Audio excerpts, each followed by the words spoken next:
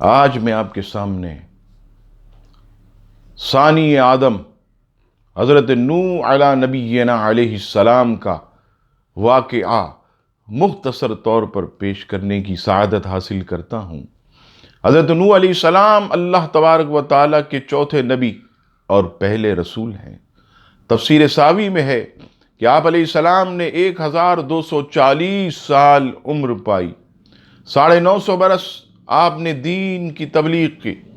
آپ نے اپنی قوم کو اللہ تعالیٰ کی وحدانیت، گناہوں سے باز رہنے کی تبلیغ فرمائی اور ساتھ ساتھ اللہ تعالیٰ کے عذاب سے ڈراتے رہے۔ جیسے جیسے آپ تبلیغ فرماتے رہے، قوم کے دور ہونے میں کمی آنے کی بجائے زیادتی ہوتی رہی۔ آپ کی تقریر کو نہ سننے کی غرض سے اپنے کانوں میں کفار انگلیاں ٹھونستے، آپ سے معاذ اللہ نفرت کرتے، اپنے چہروں کو ڈھانپ لیتے، مگر آپ استقامت کا پہاڑ بن کر ڈٹے رہے۔ مگر جب قوم نے آپ کو سنسار کرنے کی دھمکی دی تو آپ علیہ السلام نے قوم کے خلاف دعا فرمائی، جسے سورہ نوح کی آیت نمبر 26 اور 27 میں یوں ارشاد ہوتا ہے۔ ارشاد باری تعالیٰ ہوا، وَقَالَ نُوحٌ رَبِّ لَا تَذَرْ عَلَى الْأَرْضِ مِنَ الْكَافِرِينَ دَيَّارًا إِنَّكَ إِن تَذَرْهُمْ يُضِلُّوا عِبَادَكَ وَلَا يَلِدُوا إِلَّا فَاجِرًا كَفَّارًا۔ ترجمہ، اور نوح نے عرض کی، اے میرے رب، زمین پر کافروں میں سے کوئی بسنے والا نہ چھوڑ۔ بے شک اگر تو نے انہیں رہنے دیا تو یہ تیرے بندوں کو گمراہ کریں گے، ان کی اولاد ہوگی تو وہ بھی نہ ہوگی مگر بدکار، بڑی ناشکر۔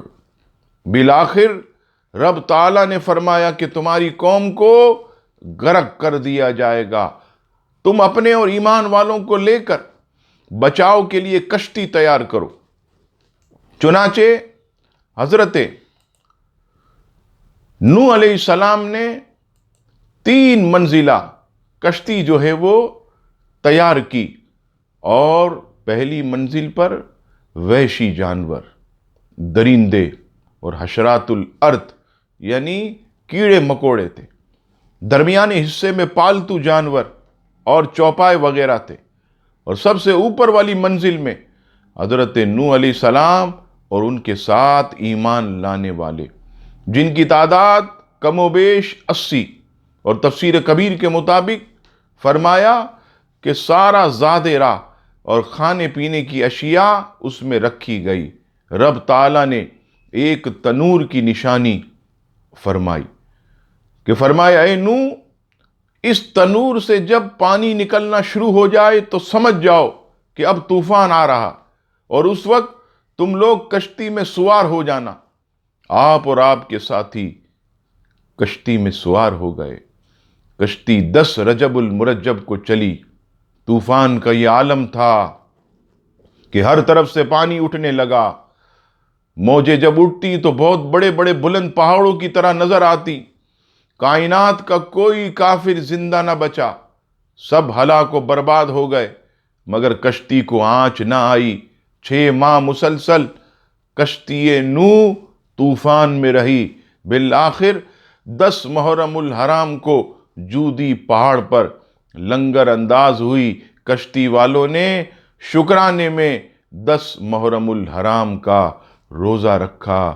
عزیزان گرامی، اس سے ایک شان و عظمت اللہ کے نبی کی یہ واضح ہوتی ہے کہ اللہ تعالیٰ کے نبی نے اپنی آنکھوں سے دیکھ لیا کہ یہ کافر جو ہیں یہ ایمان نہیں لائیں گے، اور ان کے پشتوں میں جو نطفے ہیں وہ بھی ایمان نہیں لائیں گے۔ اللہ کے نبی کی نظر دیکھیے، لوگ کہتے ہیں کہ نبی کو تو دیوار کے پیچھے کا علم نہیں ہوتا۔ حضرت نوح کی عظمت دیکھیے، ان کی بصیرت دیکھیے، خدا کی قسم کہ کافروں کے ایمان لانے کو بھی دیکھ لیا، اور ان کی پشتوں میں جو بے ایمان تھے ان کو بھی دیکھ لیا۔ اللہ تعالی ہم سب کو اپنے انبیاء کرام علیہ السلام سے سچی محبت نصیب فرمائے، آمین ثم آمین۔